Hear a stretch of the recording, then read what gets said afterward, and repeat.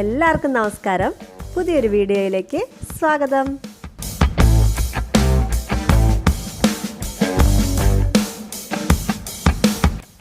ഇന്നൊരു evening snack ഐറ്റമാണ് മസാല ബോണ്ട. ഉരുളക്കിഴങ്ങ് ഉപയോഗിച്ച് എളുപ്പത്തിൽ തയ്യാറാക്കാൻ പറ്റുന്ന എല്ലാവർക്കും ഇഷ്ടമാവുന്ന ഒരു അടിപൊളി 4 മണി പലഹാരം. വീഡിയോ ഇഷ്ടമായാൽ ചാനൽ സബ്സ്ക്രൈബ് ചെയ്യണേ. അപ്പോൾ നമുക്ക് വീഡിയോയിലേക്ക് പോകാം. ആദ്യം തന്നെ ഉരുളക്കിഴങ്ങ് വേവിച്ചെടുക്കണം. ഇവിടെ 3 ഉരുളക്കിഴങ്ങാണ് എടുത്തിരിക്കുന്നത്. കിഴങ്ങ് ഇതുപോലെ 4ആയി മുറിച്ചിട്ട് കുറച്ച് ഉപ്പും മഞ്ഞളും കൂടി ചേർത്ത് 1 ഗ്ലാസ് വെള്ളം ഒഴിച്ച് കുക്കറിൽ 2 വിസിൽ വെക്കാം. ഇനി നന്നായി വെന്ത കിഴങ്ങിൻ്റെ തൊലിയൊക്കെ കളഞ്ഞ് ഇതുപോലെ ഉടച്ചെടുക്കണം. ഇനി നമുക്ക് ഇതിനാവശ്യമായ മസാല തയ്യാറാക്കാം. അതിനായി ഒരു പാൻ വെച്ച് അതിലേക്ക് 1 ടീസ്പൂൺ വെളിച്ചെണ്ണ ഒഴിച്ചു കൊടുക്കാം. കുറച്ച് കടുകൂടി ഇട്ട് ഒന്ന് പൊട്ടിയ ശേഷം ഒരു വലിയ സവോള ചെറുതായി അരിഞ്ഞത് ഇട്ട് കൊടുക്കാം.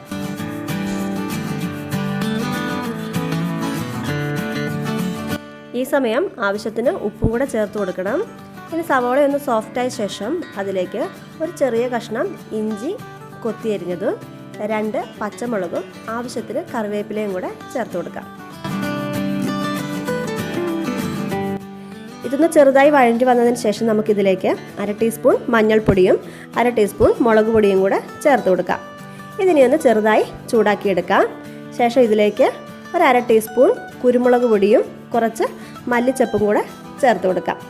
ഇതൊക്കെ ഒന്ന് ചൂടായതിന് ശേഷം നമ്മൾ നേരത്തെ ഉടച്ച് വെച്ചിരിക്കുന്ന ഉരുളക്കിഴങ്ങും കൂടെ ചേർത്ത് നല്ലതുപോലെ മിക്സ് ചെയ്തെടുത്ത് നമുക്കിത് മാറ്റി വെക്കാം.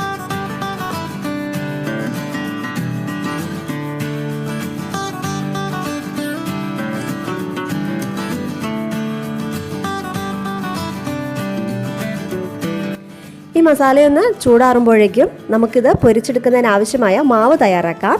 അതിനായി 1 ഗ്ലാസ് കടലമാവും 2 ടേബിൾ സ്പൂൺ അരിപ്പൊടിയും കൂടെ ചേർക്കുക. ഇനി അതിലേക്ക് 1/2 ടീസ്പൂൺ മുളക് പൊടിയും 1/2 ടീസ്പൂൺ മഞ്ഞൾപ്പൊടിയും കൂടെ ചേർത്ത് നല്ലതുപോലെ ഒന്ന് മിക്സ് ചെയ്യുക.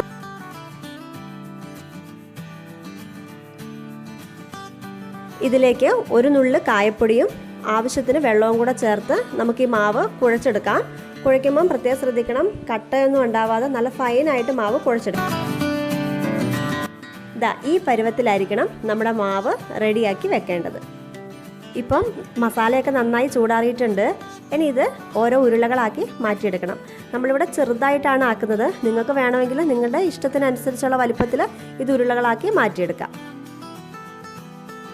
എല്ലാം ഇതുപോലെ ആക്കിയതിന് ശേഷം നമുക്കിതിനെ ഫ്രൈ ചെയ്യാം.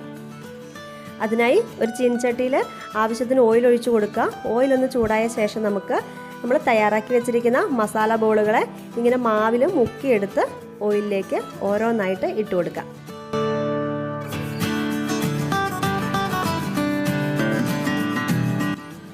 ഇവിടെ നമ്മളൊരു 4 എണ്ണം ഒന്നിച്ച് ഫ്രൈ ചെയ്യുന്നുണ്ട്. നിങ്ങളെടുക്കുന്ന പാത്രത്തിൻ്റെ വലിപ്പം അനുസരിച്ച് നിങ്ങൾക്ക് കൂടുതലിടുവോ കുറവിടുവോ ചെയ്യാം. ഇനി ഇത് ഒരു വശം ഒന്ന് മുരിഞ്ഞതിന് ശേഷം നമുക്കിത് തിരിച്ചിട്ട് കൊടുക്കാം. അധികം ഇത് വേവേണ്ട കാര്യമില്ല, കാരണം നമ്മൾ ഓൾറെഡി മസാലയൊക്കെ നേരത്തെ വേവിച്ച് വെച്ചതാണ്. അതുകൊണ്ട് ഇതൊന്ന് പുറം ഭാഗം ഒന്ന് നിറം മാറിയതിന് ശേഷം നമുക്കിത് കോരി മാറ്റാം.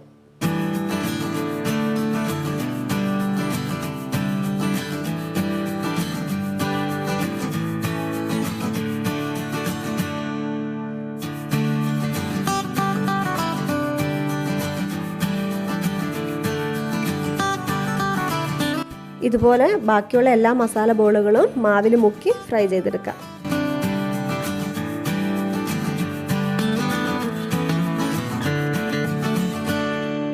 അപ്പം നമ്മുടെ ചായക്കട സ്റ്റൈൽ മസാല ബോണ്ട ഇവിടെ റെഡി ആയിട്ടുണ്ട്.